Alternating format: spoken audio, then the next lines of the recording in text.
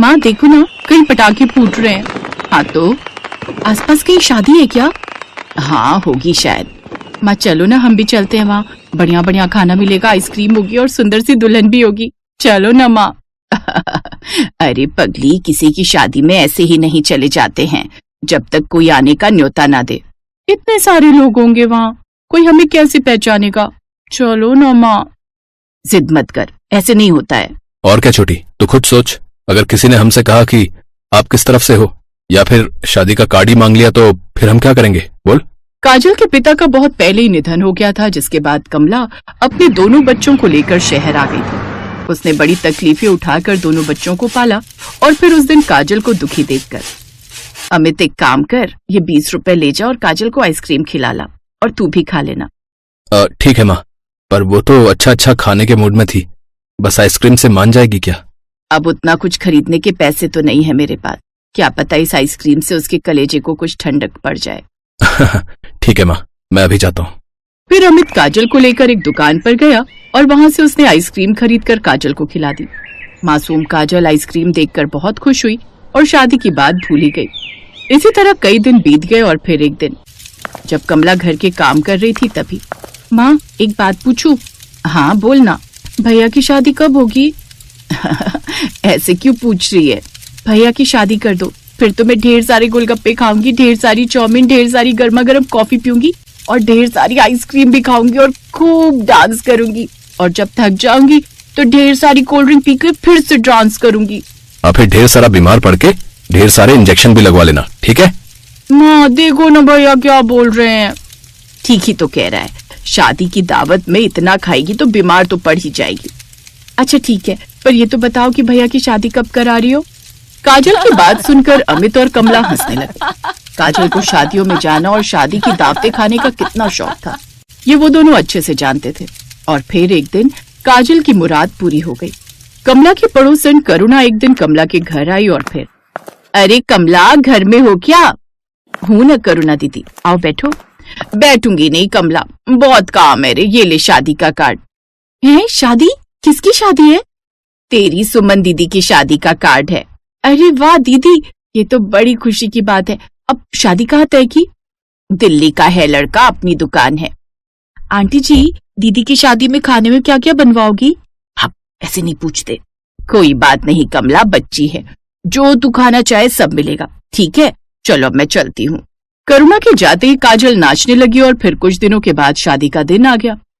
माँ देखो ना, हम सब कितने सुंदर लग रहे हैं। हाँ सुंदर तो लग रहे हैं, लेकिन सबसे सुंदर तो तू ही लग रही है मेरी गुड़िया। फिर वो तीनों शादी की दावत में पहुंचे। माँ उस तरफ चलो ना। अरे वहाँ क्यों, दुल्हन का कमरा तो इस तरफ है ना। माँ दुल्हन को भी देख लेंगे, वो कहाँ जाने वाली है, लेकिन अगर देर हुई तो सारा खाना खत्म हो जाएगा। चलो ना। माँ आप करुणा आंटी के पास जाओ, मैं इसे लेकर जाता हूँ, इसकी चिंता मत करो, मैं इसके साथ ही रहूंगा। अमित काजल को लेकर खाने के स्टॉल्स पर गया, जहाँ जाते ही काजल खाने पर टूट पड़ी। वहाँ उसने क्या नहीं खाया, गोलगप्पे, दही भल्ले, चाट पापड़ी, डोसा। काजल को जो हाथ लगा बस वो खाती गई और ये देखकर अमित भी हैरान था। अरे बस कर छोटी, फटेगी क्या? कोई बात नहीं भैया, मैं दवाई खा लूंगी, लेकिन शादी की दावत तो नहीं छोड़ सकती ना।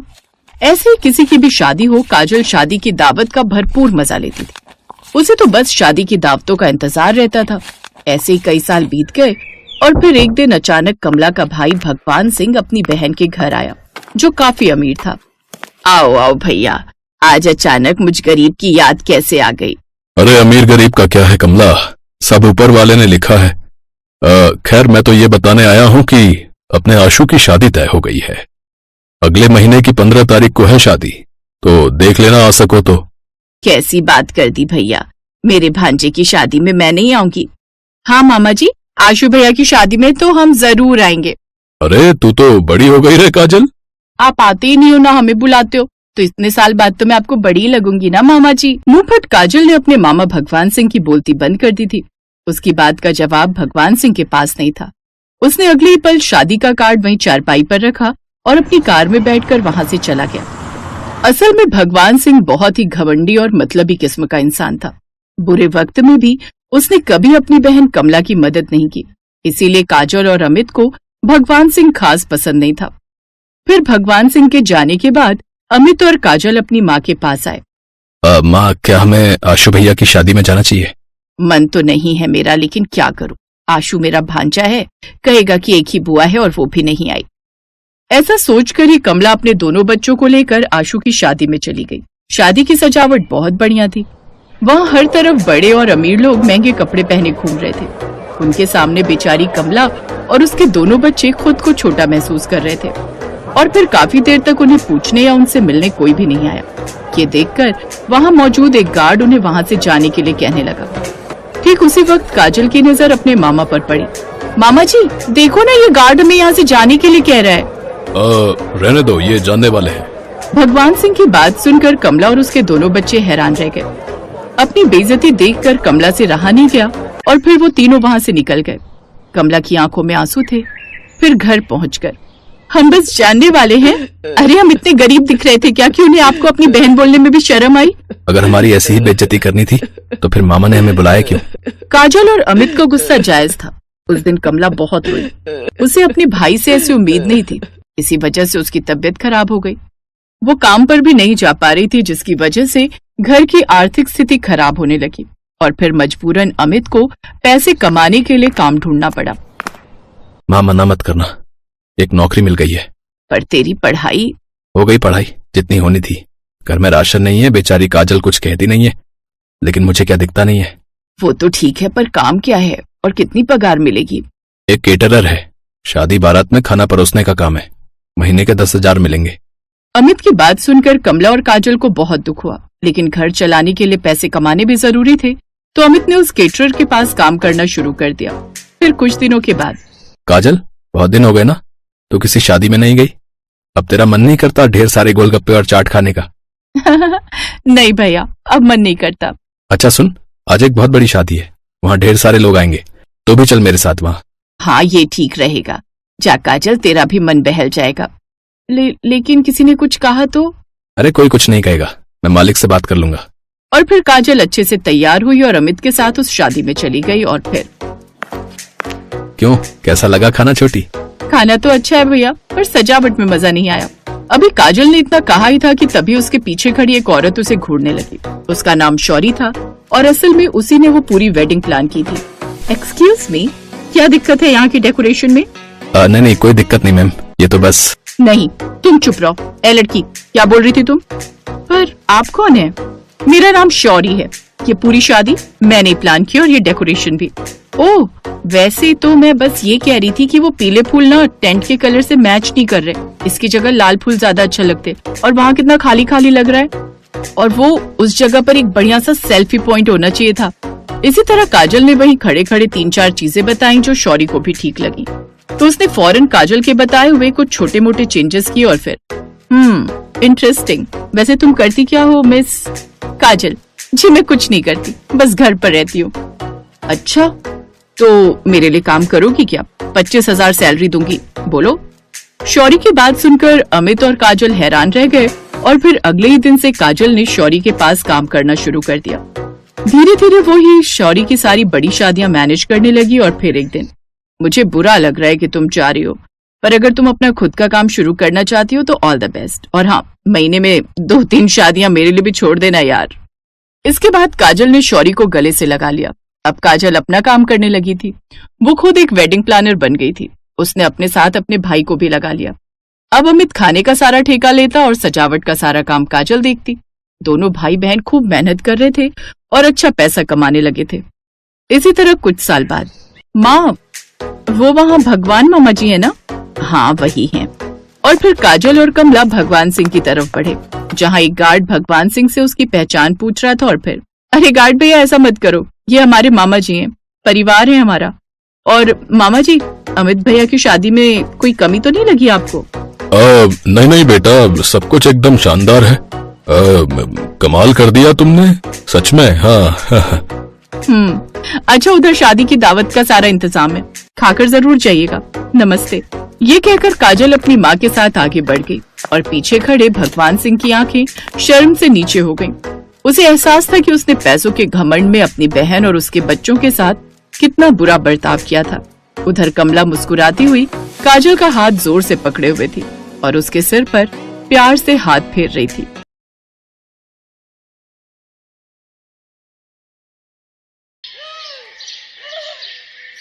सोनम, तेरी पांचों नंदे क्या कर रही हैं? वो तो अभी सो रही हैं माँ जी। तो जाओ उनको जगा दो। सोनम उन सबको जगाती है, फिर खुद घर के कामकाज में लग जाती है। तभी उसकी ननद उसे आवाज देते हुए कहती है, भाभी, ओ भाभी। जी दीदी कहिए, कुछ चाहिए आपको? हाँ, हमारी कॉफी कहाँ है? बिना मॉर्निंग कॉफी के ही हमें जगा दिया। जी मैं अभी बना कर आई। सोनम रसोई में जाकर सबके लिए कॉफी बनाने लगती है। कुछ देर बाद कॉफी बना कर देती है। ये लीजिए दीदी आपकी कॉफी। ओह थैंक यू भाभी। इसमें थैंक यू की क्या बात है दीदी? ननद मायके में आकर ही तो आराम कर पाती हैं, नहीं तो ससुराल में तो हर वक्त काम ही काम रहता है। अब आप पांचों भी तो कल को अपने ससुराल चली जाओगी, तो वहां तो आपको भी सब काम खुद ही करना पड़ेगा। वैसे आपके बिना नंदोई जी का खाना पीना भी ठीक से नहीं हो पाता होगा ना? क्यों, सही कहा ना? वैसे कब बुला रहे हैं वो आप सबको? भाभी, अभी आपकी शादी को महीना भर ही हुआ है और मुझे तो लगता है आप अभी से हमसे परेशान हो गई हैं, इसीलिए इतनी जल्दी यहां से भगाने की सोच रही हैं। अरे नहीं नहीं दीदी, ऐसी बात नहीं है, आप गलत समझ रही हैं। तो आपको अच्छे से पता होना चाहिए कि मायके की शादी के बाद बेटियां इतनी जल्दी वापस ससुराल नहीं जाती, कुछ दिन वहीं रुकती हैं। यस, बिल्कुल सही कहा टीना ने। इन सब बातों से तो अच्छा है कि तुम अब नाश्ता बना लो, हम सबको बहुत तेज भूख लग रही है। जी दीदी, आप सबको क्या खाना है नाश्ते में? आप बता दीजिए, मैं अभी बना देती हूँ। मेरे लिए आलू के पराठे और दही। नहीं नहीं नहीं, मैं इतना भारी नहीं खाऊंगी, मेरे लिए तो इडली सांभर बना दे। इस तरह सोनम की पांचों नंदों ने अपनी अपनी फरमाइशें अपनी इकलौती भाभी सोनम पर थोप दी। सोनम अपना सर खुजलाते हुए रसोई में चली गई और अकेले में बड़बड़ाने लगी। किसी को ये खाना है, किसी को वो खाना है। अरे मेरी कोई माँ अंबे की तरह 10 हाथ थोड़ी ना है जो हर हाथ से एक एक काम करूंगी, लेकिन अब नंदों ने फरमाइशें की हैं तो पूरी तो करनी पड़ेगी। जब से उसकी शादी हुई थी, उसकी पांचों नंदे इसी तरह उस पर कोई ना कोई काम थोपती जा रही थी। वो उन सबकी पसंद का नाश्ता बनाकर उनके लिए परोसती है, जिसके बाद सारे बर्तन भी धोती है। फिर कुछ देर अपने कमरे में आराम करने बैठती है कि तभी उसकी ननद प्रिया वहां आती है। अरे भाभी, पूरा घर बिखरा पड़ा है और तुम मजे से यहाँ आराम फरमा रही हो, घर के काम कौन करेगा? दीदी मैं बस 5 मिनट रेस्ट करके काम करने ही जा रही थी। हाँ तो जल्दी करो ना भाभी, अगर कहीं कोई अचानक से मेहमान आ जाए तो वो क्या सोचेगा कि इस घर की बहू को घर कितना गंदा रखती है। आराम बाद में कर लेना। सोनम बेचारी थकी हुई थी, फिर भी वो उठकर घर के सारे काम करने लगी, लेकिन उसकी एक भी ननद उसकी मदद के लिए वहां नहीं आई। लेकिन सोनम ने किसी से कोई शिकायत नहीं की। घर का काम निपटाते निपटाते उसी दिन के 2 बज गए। तभी उसकी ननद उसके पास आई। अरे भाभी, दिन के 2 बज गए, अभी तक खाना नहीं बना क्या? दिन के खाने का समय हो रहा है। क्या 2 बज गए? हे राम, काम करते करते पता ही नहीं चला। दीदी मैं बस 5 मिनट आराम कर लूं, उसके बाद खाना बनाती हूँ। नहीं नहीं नहीं, बिल्कुल नहीं भाभी, हमें 3 बजे तक खाना चाहिए, उसके बाद हमें थोड़ा रेस्ट भी करना है। थकी हारी सोनम फिर से रसोई में जाती है और सबके लिए दिन का खाना बनाने लगती है। फिर सबको खाना परोस कर वो सबके बर्तन धोकर अपने कमरे में जाती है। तब तक दिन के 4 बज चुके थे।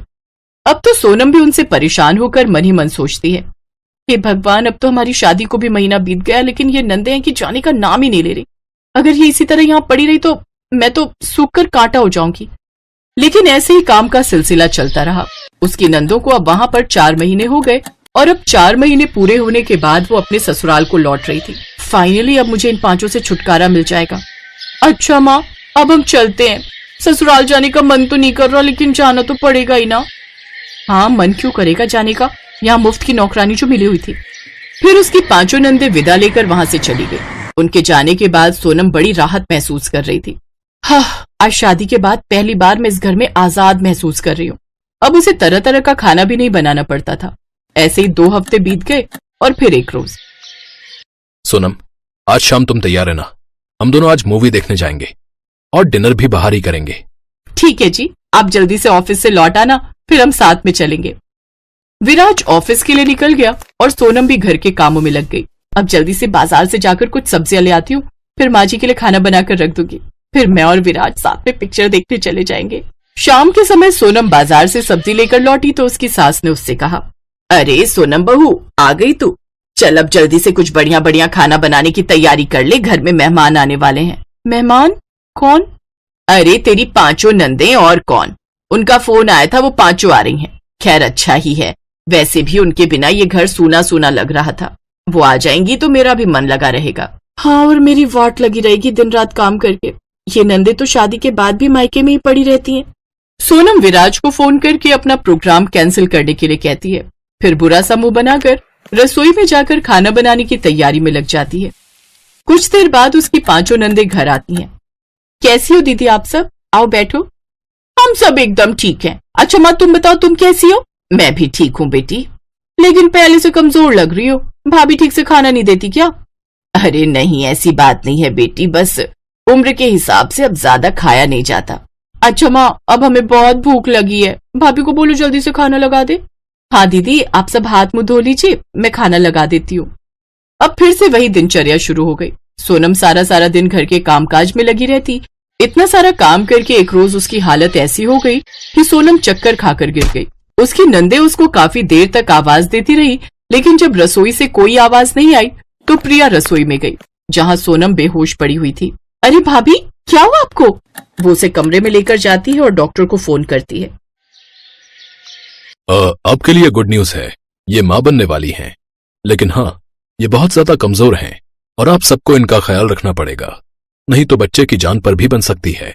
डॉक्टर की बात सुनकर सभी हैरान हो गए और साथ ही उसकी सास को काम का सारा लोड सोनम पर डाल देने का भी दुख हुआ। देखो रजनी, पायल, प्रिया, नेहा और टीना, तुम्हारी भाभी ने तुम सबके लिए कितना किया है। अब वो ऐसी हालत में है तो तुम्हें उसका ज्यादा ध्यान रखना है और उसे 9 महीने तक बेड रेस्ट देना है। ये सुनते ही पांचों नंदों के होश उड़ गए और वो सभी इस बात से बचने लगी। अरे नहीं नहीं माँ, वो ना मेरे उनका फोन आ रहा है तो वो कह रहे थे कि घर में जरूरी काम है, इसलिए मैं आज ही वापस आ जाऊं। हाँ माँ, और मेरी सासू माँ का फोन आया था, उनकी तबीयत कुछ ठीक नहीं, इसलिए मुझे जाकर वहां का काम देखना पड़ेगा। इस तरह वो पांचों कोई न कोई बहाना बनाकर वहां से चली जाती हैं। लेकिन सोनम की सास और पति को ये बात अच्छी नहीं लगती। माँ मुझे उन पांचों से ये उम्मीद नहीं थी। अब बोल देना उन पांचों से कि आज के बाद कभी मेरी बीवी पर बोझ बनने ना आए। लेकिन बेटा उन्हें भी तो अपना ससुराल देखना है। माँ जब मेरी पत्नी ठीक थी तो ये पांचों आराम से 4 महीने यहां रहकर उससे सेवा करवाती थी, तब उनको ससुराल नहीं जाना था। और अब जब उनकी बारी आई तो मुंह चुरा कर भाग गई। उनको बोल देना आज के बाद यहां ना आए। विराज ने बहुत गुस्सा किया, जिसके बारे में विराज की माँ ने उन पांचों को फोन करके बता दिया। इससे अब सोनम को भी अपनी पांचों नंदों के मायके में पड़े रहने से छुटकारा मिल जाता है और अब वो अपने परिवार के साथ खुशी खुशी रहती हैं।